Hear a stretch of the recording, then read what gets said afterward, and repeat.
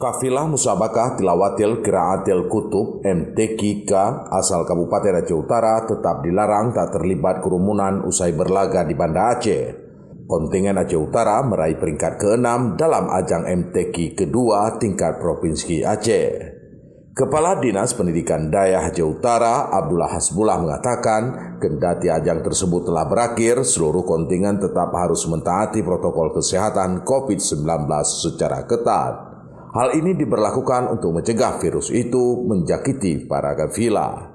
Prokes pertama kan mereka jaga jarak, kemudian pakai masker, cuci tangan, kemudian kalau tidak perlu nggak usah lah keluar-keluar, kemudian tetap menjaga prokes walaupun di tempat tinggal, penginapan di hotel ataupun di tempat kegiatan.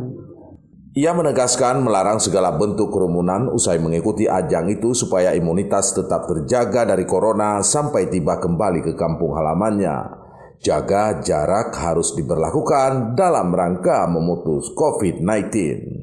Dari Banda Aceh, Erwin Jalaluddin melaporkan untuk KBR.